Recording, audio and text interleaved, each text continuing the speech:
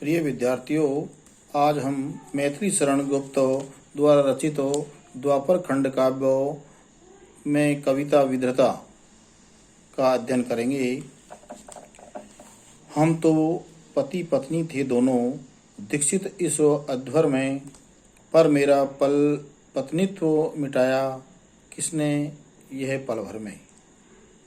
मुट्ठी भर भी जो न दे सके, दासी थी मैं आहा, यह यज्ञ हो गया तुम्हारा, मेरा सब कुछ स्वाहा। प्रस्तुत अवतरण मैथिली शरण गुप्त द्वारा रचित द्वापर खंड काव्य में विधृत कविता से लिया गया है। इसमें नारी अपने पति अर्थात पुरुष को लक्ष्य कर कह रही है कि पत्नी के द्वारा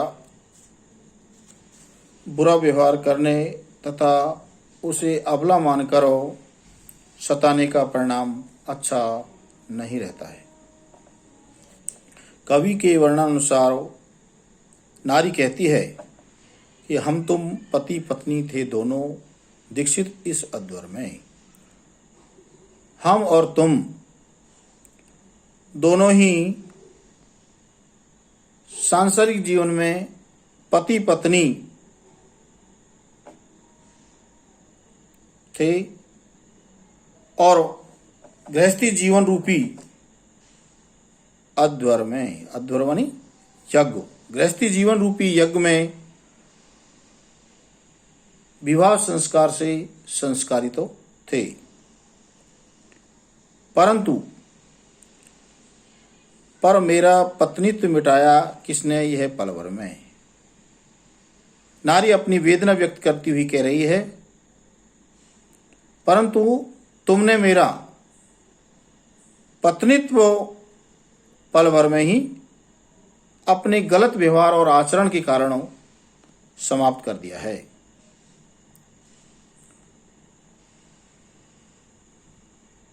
मुट्ठी भर भी जो न दे सके, दासी थी मैं आहा।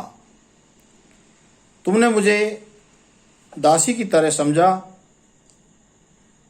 मैं अपनी इच्छा से मुट्ठी भर भी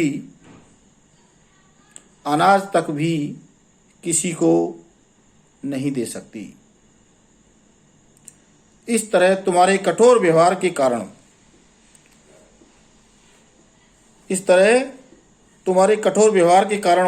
मेरा पत्नी धर्म है वो विनष्ट हो गया है। यज्ञ भंग हो गया तुम्हारा, मेरा सब कुछ स्वाहा। और यह जो गृहस्थी जीवन रूपी जो पवित्र जो यज्ञ, वो भी भंग हो चुका है, वह भी नष्ट हो चुका है। तुम्हारा मेरा सब कुछ स्वाहा, क्योंकि इसमें तुम्हारा और मेरा गृहस्थी जीवन का जो साथ निभाने का जो संस्कार था, वह संस्कार भी समाप्त हो गया है, वह भी स्वाहा हो गया है। इसलिए तुमने सदैव ही मुझे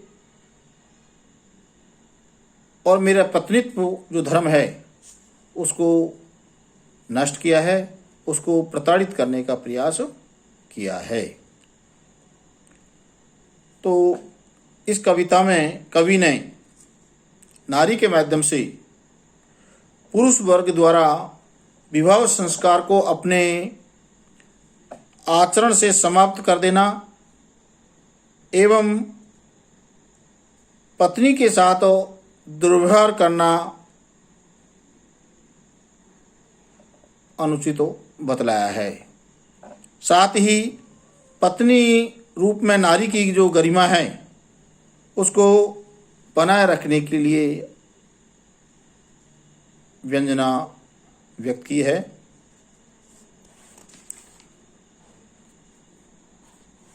वह गुणों किसने तोड़ा, जिसमें यह जोड़ा चकड़ा था। नर ने झकझोर डालने को ही क्या यह कर पकड़ा था। कामुक चाटुकारिता ही थी क्या वह गिरा तुम्हारी। एक नहीं दो दो मात्राएं नर से भारी नारी। प्रस्तुत अवतरण में कवि ने विधृता के कथन के माध्यम से कहा है कि वह अपने पति के दुर्भार को लक्ष्य कर उसका विरोध करती हुई कहती है कि तुम्हारा और मेरा विवाह संस्कार होने से जो पति पत्नी संबंध स्थापित हुआ था वह गुण किसने तोड़ा। वह गुण का मतलब रस्सी, डोरी, बंधन, उस बंधन को किसने तोड़ा जो सूत्र हम दोनों को जोड़े हुए था। वह जोड़ा जकड़ा था, अर्थात विवाह संबंध में के सूत्र में जो हमारा और तुम्हारा जो जोड़ा, जो बंधन था, जो बंधा हुआ था, उस सूत्र रूपी रस्सी को किसने तोड़ा है, अर्थात उस बंधन को किसने समाप्त किया है। इस संबंध रूपी रस्सी को तुमने ही तोड़ा है। नरो झकझोर डालने को ही क्या यह कर पकड़ा था। क्या इस तरह दाम्पत्य संबंधों को झकझोरने वाला, प्रताड़ित करने वाला, पीड़ित करने वाला तुम्हारा व्यवहार के लिए ही क्या तुमने मेरा हाथ पकड़ा था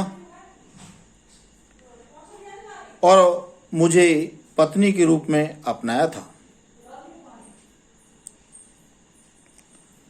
कामुक चाटुकारिता ही थी क्या वह गिरा तुम्हारी, गिरा मानी बाणी।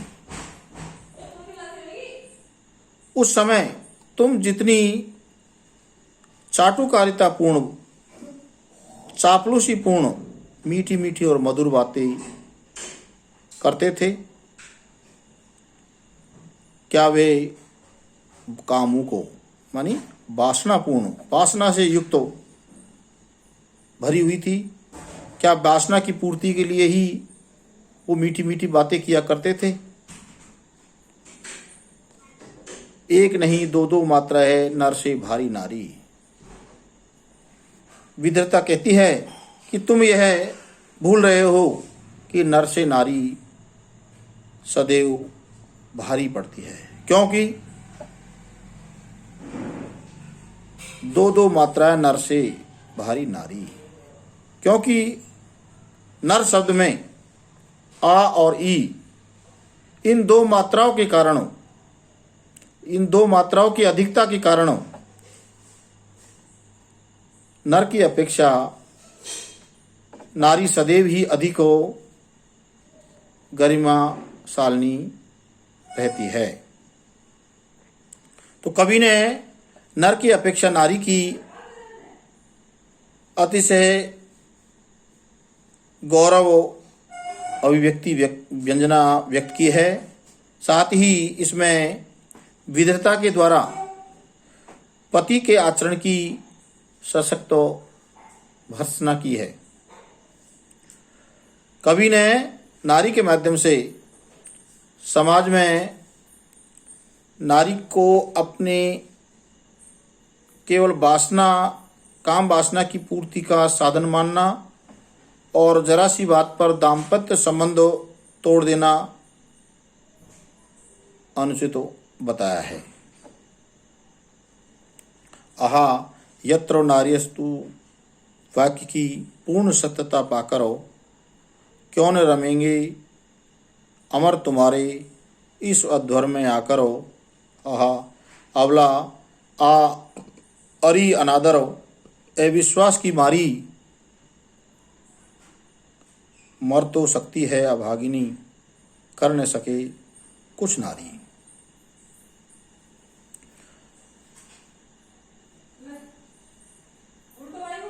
यह विधृता का अंश है, विधृता का कथन है।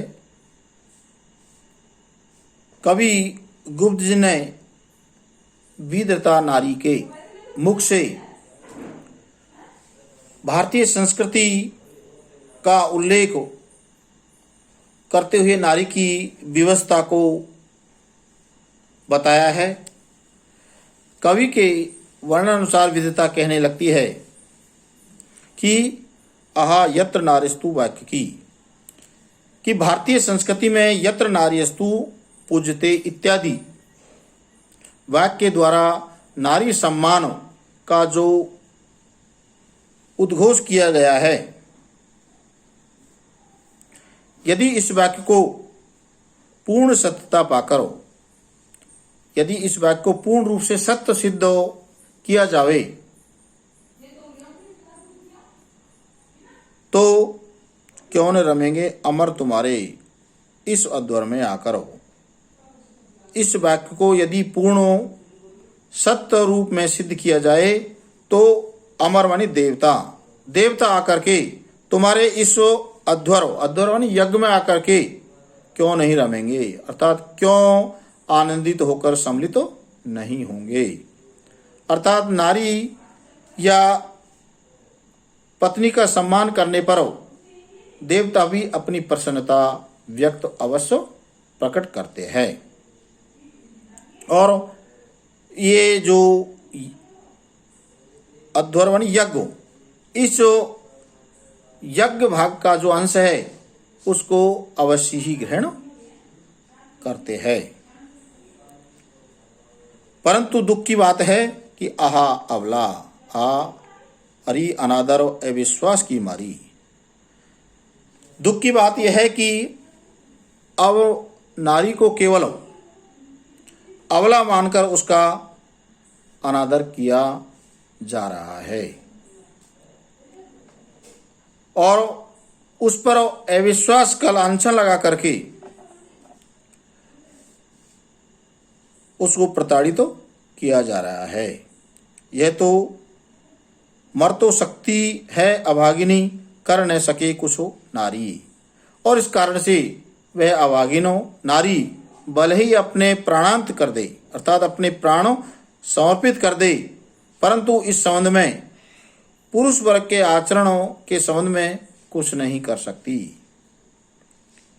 यही नारी जीवन की विडंबना है कि वह पुरुष से प्रताड़ित हो सकती है लेकिन पुरुष का विरोध नहीं कर सकती और उसकी जो कष्ट है, पीड़ा है, उसको वो सहन करती रहती है। तो कवि ने विधेयता के माध्यम से यहाँ कहा है कि पुरुष वर्ग द्वारा नारी के साथ जो हीन व्यवहार किया जाता है उसका यहाँ कवि ने सशक्त अभिव्यक्ति की है। साथ ही भारतीय संस्कृति के जो मूल स्वरूप है उसमें नारी की सम्मानीय स्थिति की ओर भी संकेत यहाँ कवि ने किया है।